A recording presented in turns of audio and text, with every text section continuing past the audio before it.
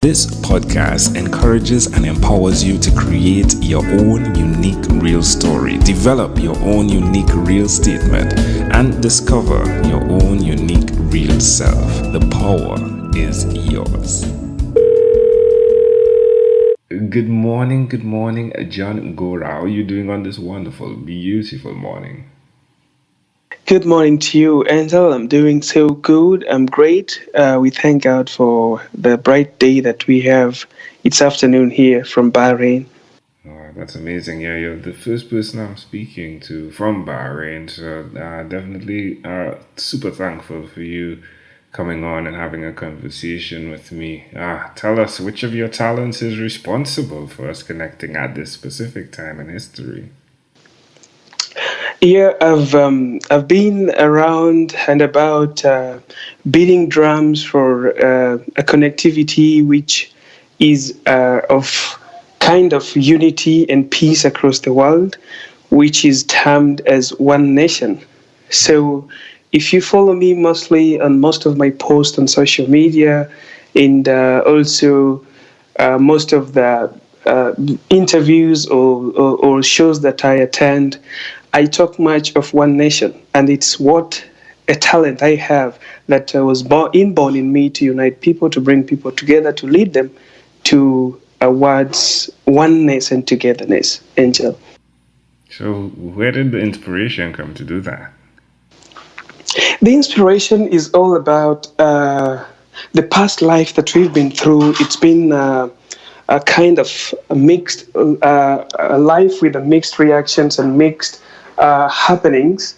As you know, I am in Bahrain, but I'm Kenyan. I'm born and raised in Kenyan, a Kenyan citizen who was born and raised in the village, and where a lot of hardships were there, and there was a lot of what do we call it? We call it diversity, and some of the people not appreciating diversity, some of the people not appreciating the races, not appreciating the religion. I've been there and I've seen it happening. So I've been inspired when I went outside Kenya and I came to Bahrain, and I found a lot of people. I found a lot of races, a lot of cultures, and these people living in harmony.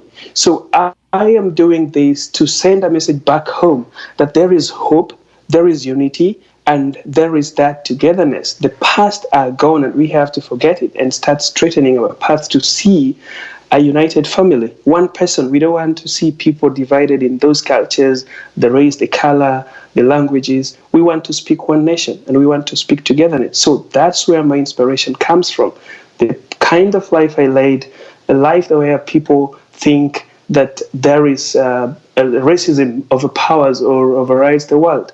We want to remove it from there, from the mind. An ambassador for peace. Who did you learn that ability from, that leadership capability? Who did you learn that from? The key motivating person that I will talk about more so is or my mentor, the person I look always forward to and I listen to much of my times is Martin Luther King, and that's a person who's already died and a history that we live today to recognize and to appreciate. And I'm always taking good advice from him and reading his history and learning from whatever he used to do. He was a person who was devoted to do good, not for himself. But even if you would listen to whatever he used to say, he was like, this dream that I have is going to come. Maybe we will not live to see it. But for the people who will come, the next generation, the kids of my kids and kids of our kids and the grandchildren will see it. So we are doing this not for us, but we are doing it for the people, such that the generation that will come will not struggle. They will come into an existence that is coordinated on a mutual relationship and a symbiotic relationship, not parasitic and all that. So I learned most of these leadership qualities and devotion from Martin Luther King. And then there is a person who's still living, and this is John C. Maxwell. John C. Maxwell talks about leadership that is not a manager. He talks about leadership who is a servant, who serves the people, who brings people to the finish line with them. not a leader who will come to manage, who will give instruction and never show how that instruction or how that process works. So those are the two people who I learn from in terms of leadership and in terms of devotion and doing things that we are supposed to do to see that the world unites again. Now, you are doing a podcast, right? Because we spoke about One Nation, right? Tell us, like, what's going on the podcast? Like, I saw someone on LinkedIn tag me on something, and they said they met John, and he's such an amazing people. What's going on there? On my podcast, I host a lot of people, and my podcast, it's part of One Nation. You know, when I started this One Nation movement or organization or a drive, it wasn't that much at peak. So when it was picking up, I met some of great friends like Corey Warfield, who gave me a lot of advice and advised me on starting a podcast. So I had to go for it. And the main purpose for this podcast is to spread that unity, to spread that One Nation drive. So I invite mostly the youths and those who are achieving and those who have already achieved, and mostly the women and the youths especially. The reason why I bring these people aboard, I want to show to people that we don't need to be given like favor. We need to be given a levelized playground, not favor. You know, most often people talk of, okay, let's distribute these positions to women. Let us give women advantage over men. So this is what I want to. I'm trying to advise people that the time has come when we should not see women or youths in a way of being given favor. We need to give them a same playground. Just open up, give opportunities in same way and in same quality, and let people compete for them. They will manage, they will make it. But you know, when we continuously drive like, oh, women should be given priority, the youth should be given this advantage over, we kill that ability to fight, to work hard for these positions. And that's why you see even in politics, when elections are being done, you get that men are elected mostly than women. Why? Because women are looking down upon them, because they need to be given some opportunities that are favorable more than the men, because they will say that after all, it's men who will win these seats. So we need seats for ourselves. Like recently, there was a debate in Parliament in Kenya where they wanted to add 2/3 of the Parliament to be given, as in positions given to women. So it could not move even into discussion. People were contradicting each other, and there was a quarrel. There was a lot of misunderstanding between people. So the only thing that will work out this and bring women into positions, bring women into play, is to create a levelized ground. And that is what my podcast is all about. It's empowering them, it's inspiring and motivating them to understand that it's time for us to wake up as youths. It's time for women to wake up and go for these positions, go for these things that are left for men to do. We are one people. We were born, we were raised the same way. So let's do these things, man. Well, John, for someone that's listening, where's the best place for them to connect with you? If you want to connect with me, I'm on LinkedIn as John Gora. I'm on Facebook as well as John Gora. I'm on Instagram as OT_MAC_Gora. I'm also on Twitter with the same Twitter handle, OT_MacGora. You just write OTI_MAC_Gora, and you will find me. Well, John, let's switch gears for a moment now. Let me invite you into my time machine that is surrounded with beautiful, warm blue Caribbean water. John, what's your earliest childhood memory? Come up again? Sure, what's your earliest childhood memory? Oh, wow. I think the memorable moments I remember about my childhood is just those great moments we had when we used to make things naturally. You know, nowadays kids are so much on toys, bought toys and everything, but we used to share some great moments back in the village when we could just play in rain, you know, and move down hills when it's raining and have great times when we were children, you know, without clothes, and we were so fine with it. We never even get sick.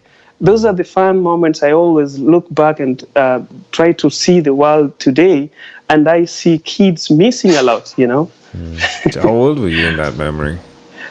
That was around in between 5 and 7 years, between 5 and 7 years.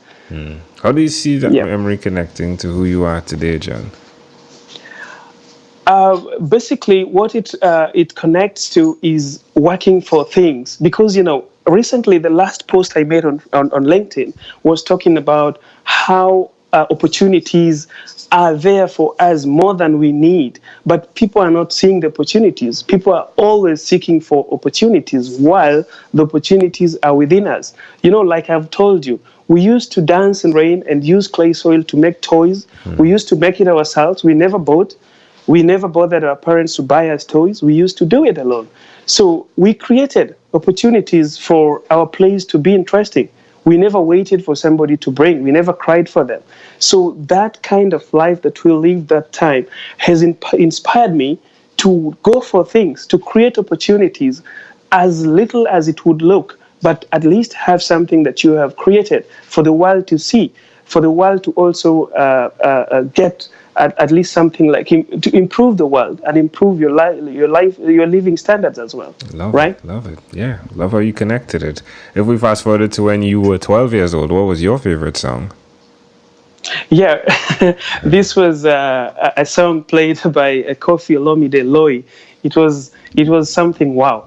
That time it used to hit. We used to listen to that song like 12 or even more than 20 times in a day. And I remember even my brothers that time, we could not even, we used to use the, how do you call them? The tapes, the old tapes. So we used to forward and then always playing that and repeatedly playing that. And there's one radio station also that time, it's called Metro FM. They used to play it as much as we could. I don't know, but that by then it used to be a hit. And that was my song. I used to dance it like shit. All right, my friend. Well, we've arrived at our destination. But before we get off of this time machine, there's a small declaration form. So it's yes or no. We're going to move pretty quickly here. Are you ready, John? Yes. John, have you chosen someone to pass on your skills to? Yes, I have. Are you married? No. Do you have children? Yes, I do. Do you believe in God? I do, as much as I could say it again and again. Do you have an inner circle of friends? I have a lot of them. Okay. Do you watch TV for more than 3 hours a day? No. How about 3 hours a week? No. What about screen time, the phone under the computer? Is it more than 8 or less than 8 hours a day? This is more than 8 hours a day. All right. If you had to share with us, John, your own unique real statement, a statement that represents who you are, John Gora, what would you say that is? A statement that will represent who I am is like, no man is a stranger as long as they are alive. That's a statement that I always tell whenever I go and wherever I get time.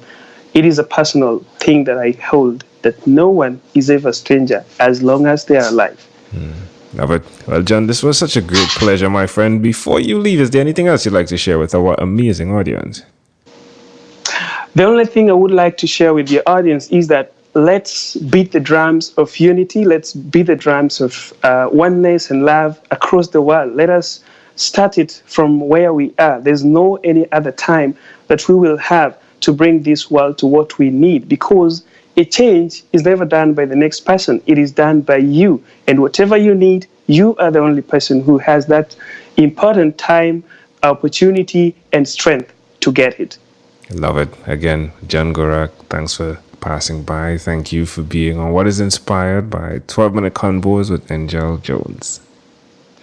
I am so much appreciative of what you did, and thanks for giving me opportunity and platform to be on your podcast, man. Have a great time. Thank you. A pleasure I treasure. This segment has been brought to you by Amazel Enterprise.